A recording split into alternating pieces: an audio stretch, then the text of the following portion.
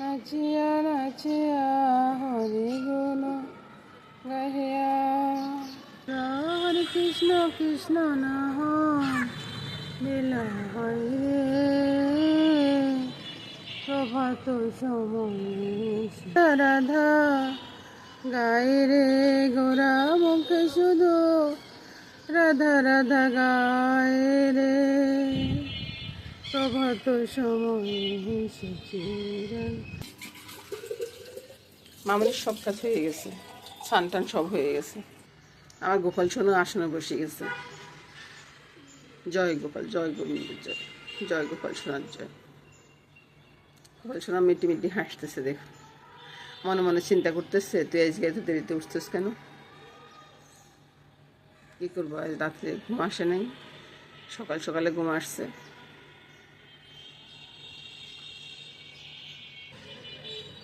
ফুলগুলো সব রেডি হয়ে গেছে, গাছের ফুল তুলে নিয়ে আসবো, তুলসী ফুল সবে নিয়ে নিয়েছি। এবার চলুন যে গাছের ফুলগুলোতে নিয়ে আসি। এবার দেখুন ফুলগুলো সাজানোর পরে ফুলগুলো কত সুন্দরভাবে সাজিয়ে নিল। গাছের ফুল হচ্ছে এগুলা জবা ফুল, কত রঙের জবা ফুল আমার গাছে আছে। সব মিলিয়ে ফুলগুলো সাজিয়ে রাখলাম। এই ফুলগুলো যখন ভগবানকে অর্পণ করবো তখন নিজের কাছে কত যে ভালো লাগে, কত ভালো লাগে কাজ করে। চলুন যাই, এবার সবজিগুলো বানিয়ে নিব। সবজিগুলো বানিয়ে সকালবেলা জল খাবারের জন্য, রুটির সাথে খাওয়ার জন্য আর কি। চলুন যাই, প্রথমে ডালটা বসে দিয়ে আসি। মামনি এক গ্লাস ঠান্ডা জল রেখে গেলো আমার জন্য, চাও রাখছে, চা সামনে আছে, জলটা একটু খেয়ে নিই। ডালটা এখানে ধুয়ে বসিয়ে রাখলাম, এখন চুলাটা কিন্তু জ্বালা হয়নি। এদিকে পোড়নটা করে নিচ্ছি, মেথি আর কালো জিরা। বুঝছেন, পোড়নটা যখন, পোড়নের তেলটা আমি ডালে দিয়ে দিব। ফোড়নের একটু তেল আমি ডালে দিয়ে দিচ্ছি, তাহলে হবে কি ডালটা একবারে খুব সুন্দরভাবে সিদ্ধ হয়ে যাবে। ডালের দিকে চুলাটা জ্বালিয়ে দিলাম, নুন আর হলুদটা দিয়ে দিচ্ছি। বামাতে আমার মোবাইল আছে, বুঝছেন, ডাইনাতে আমি কাজ করতেছি, তো একটু চাকুনি তো খাচ্ছে। তো চলুন এবার তরকারিগুলো বানিয়ে নিয়ে আসি, এবারে ডালটা একবারে ফুটে গাদো গাদো হয়ে যাবে। চলে আসলাম রান্নাঘরে। তো রান্নাঘরে এসে রান্নাই তো করবো নাকি, রান্না করবো না, রান্নাটা কর শুরু করবো। বন্ধুরা হাসি মুখে আসছি, আপনারা হাসি মুখে আমাকে বিদায় দিবেন, সেটাই আশা করবো আর কি। এই যে সকালবেলা জলখাবারের জন্য কাঁকরোল, আলু, তারপরে কাঁচা লঙ্কা, ধনিয়া পাতা সব একসাথে নিয়ে নিছি, একসাথে নুন হলুদও নিয়ে নিছি। আর এখানে পায়খানের তেলটা দিয়ে দিব, কম তেলে রান্না, বুঝলেন তো? কম তেলে আপনি কিভাবে রান্না করবেন, এই যে ছোট্ট ফ্রাইপ্যানটা নিয়েছি এই জন্যে। তারপরে এই যে কালো জিরাটা পুরো করে ফুটে উঠছে। তারপরে এবার আমি চুলাটা বন্ধ করে দিচ্ছি, বুঝছেন, এগুলো ছেড়ে দিব।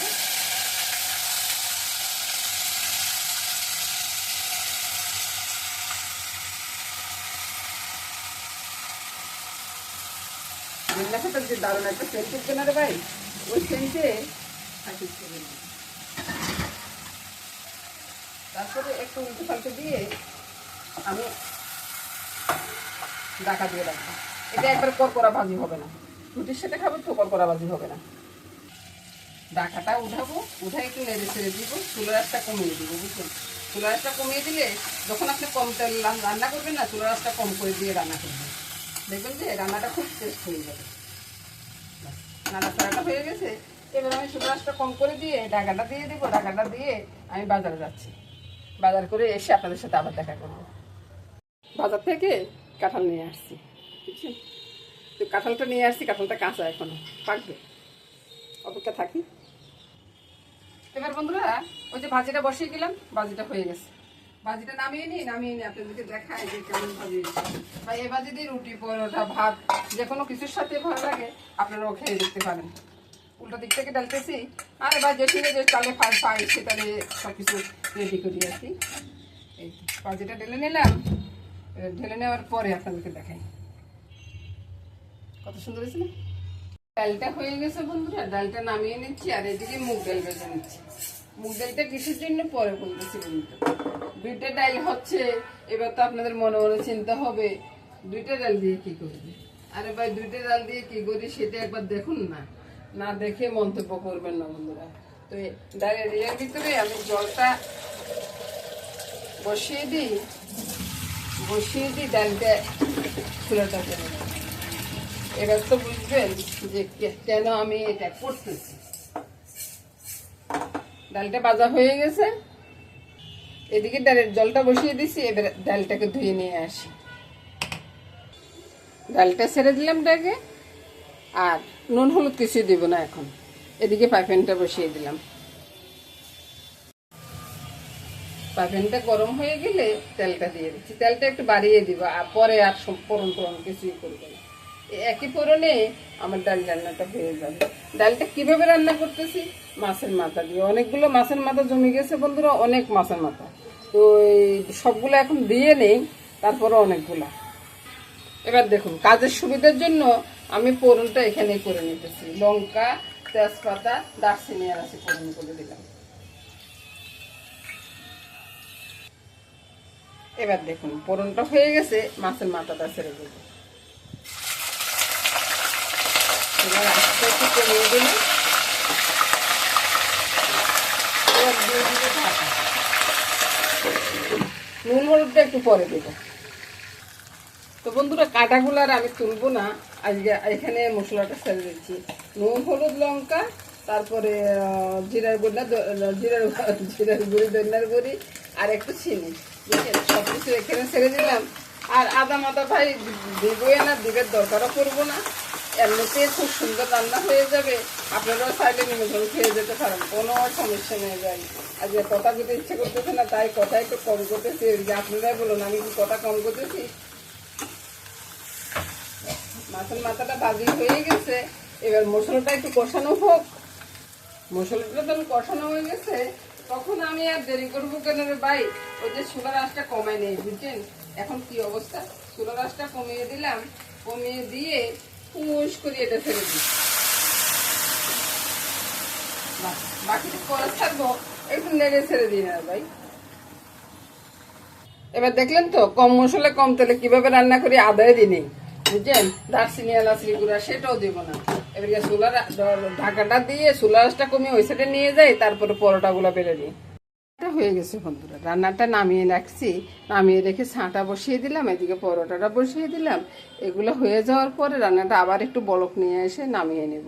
এটার ভিতরে আর অন্য কোনো মশলা দেওয়ার কোনো প্রয়োজন নাই। নামানোর পরে আপনাদেরকে দেখাবো কেমন হয়েছে। কত সুন্দর করে পরোটাগুলো বেলে নিচ্ছি। দেখুন তো তরকারির কালারটা কত সুন্দর। কম আছে, কম তেল দিয়ে রান্না করলে রান্নাগুলো ভীষণ সুন্দর হয়, বুঝছেন? আপনারা তো মনে করেন যে সব রান্নাতে তেল বেশি দিতে হবে, বা সব রান্নাতে তেল বেশি দিয়েন না। যদি সময় থাকে তো কম আছে রান্না করুন। কম আছে রান্না করলে তেলটা অনেক উপরে ফুটে উঠে, আর দেখতেও সুন্দর লাগে, খেতেও মজা হয়, বুঝছেন? এবার আমি ডালটা নামিয়ে নিব, আর কোনো মশলাই দিব না। এবার নামিয়ে নিচ্ছি। এবার দেখুন রান্নাটার যেমন কালারটা ঠান্ডা হওয়ার পরে আরো ফুটে উঠবে। তো নমস্কার বন্ধুরা, এই রান্নাটা শেষ করলাম। পরের রান্নাটা দেখতে চলে আসুন। পরের রান্নাটা কি হচ্ছে বন্ধুরা সেটা বলতেছি। মাছের ঝোল হবে। মাছের ঝোলটা একটু অন্যরকম করে হবে। তেলটা দিয়ে দিলাম এখানে পাইপেনে, কম তেলে দিচ্ছি বন্ধুরা। আমি কম তেল দিয়ে কদিন রান্না করতেছি, কারণ বেশি তেল দিয়ে রান্না করবো না, এটাই চিন্তা করছি, বুঝছেন? কম তেলের রান্না খেতে যে মন্দ হবে তা কিন্তু না। এই যে তেল দিয়ে দিলাম, মেথি ফোড়ন, নুন, হলুদ, লঙ্কা সব দিয়ে দিলাম। দিয়ে একটু জল ছেড়ে দিব, নাহলে তো পোড়া হয়ে যাবে না। তারপরে দিয়ে দিব জিরা বাটাটা। আপনারা ঠিক এভাবে করতে পারেন। জিরা বাটাটা দিয়ে দিলাম, জিরা বাটা দিয়ে আর একটু জল দিয়ে দিব। এবার কষানোটা হোক, মশলা কষানোটা হোক। এবার চিন্তা করতেছেন মাছ কোথায় গেল? মাছ আসবে ভাই। মশলাটা কষানো হোক, এ ফাঁকে চলে আসুন, সকালবেলা জলখাবারটা খেয়ে আসি। সকালবেলা জলখাবার খেতে বসতেছি, বুঝছেন? সকালবেলা জলখাবারটা খাবো যখন, তখন নিজের ঘরের জিনিস দিয়ে খাবো। নিজের ঘরে কত সুন্দর করে পরোটা বানাইছি দেখুন। এই যে মুসল্লি তো এটা কিচ্ছু হচ্ছে না। আর বাজারের পরোটা কিছুক্ষণ পরে এটা শক্ত হয়ে যাবে ভাই, তো এটা আর খাইতে পারি না, বুঝছেন? ওই জন্যে নিজের ঘরে কষ্ট হইলেও নিজের ঘরে বানাই, বুঝতেছেন তো? তারপরে এই যে ভাজিটা, নরম নরম একটা ভাজি করছি, ভাজিটা দিয়ে সুন্দর করে খাবো, বুঝলেন তো? ভাজিটা নিয়ে নিলাম, সাথে আছে চা বা কফি যেটাই বলুন। আর মামুনি রেডি করে দিল। সকালবেলার জল খাবার। শুভ সকাল বন্ধুরা।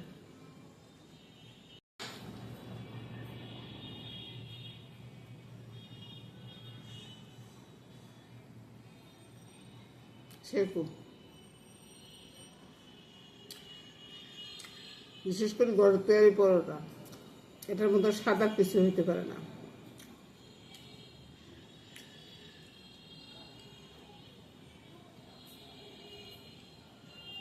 মশলাটা কষানো হয়ে গেছে, এবার আমি কি করব, মাছগুলো মশলার ভিতরে দিয়ে দেবো। চুলার আঁচটা একটু বাড়িয়ে দেবো। বাইরে নানান রকমের মাছ, বুঝছেন। আজকে একটা ওই বাড়তি হয়েছে, ওইটা ধুয়ে দিছি, আবার আগের একটা বাড়তি হয়েছে, ওইটা ধুয়ে দিছি, এভাবে করে নানান রকমের মাছ হয়ে গেছে, বুঝছেন। তো এগুলো তো একদিন হয়ে যাচ্ছে, এভাবে আপনারা রাখতে পারেন, বরকত বাড়ে আর কি, বুঝছেন, যেটা বলতেছিলাম। তো বরকত বাড়ানোর জন্য এরকম ভাবে রাখে দিতে পারেন, দেখবেন যে আপনাদেরও বরকত বাড়বে। এবার বন্ধুরা একটু জল দিয়ে দিচ্ছি।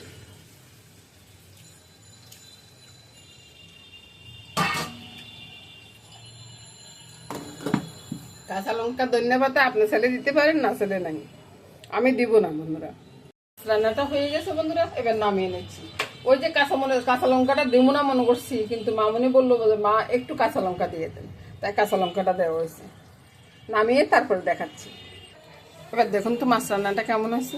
ওইদিকে বন্ধুরা মুড়োঘণ্টটা আছে দেখুন, আর এদিকে ডালটা আছে। এটা দিয়ে আজকে রান্না বান্না শেষ করে দিলাম বন্ধুরা। নমস্কার বন্ধুরা, আগামী দিন আবার দেখা হবে।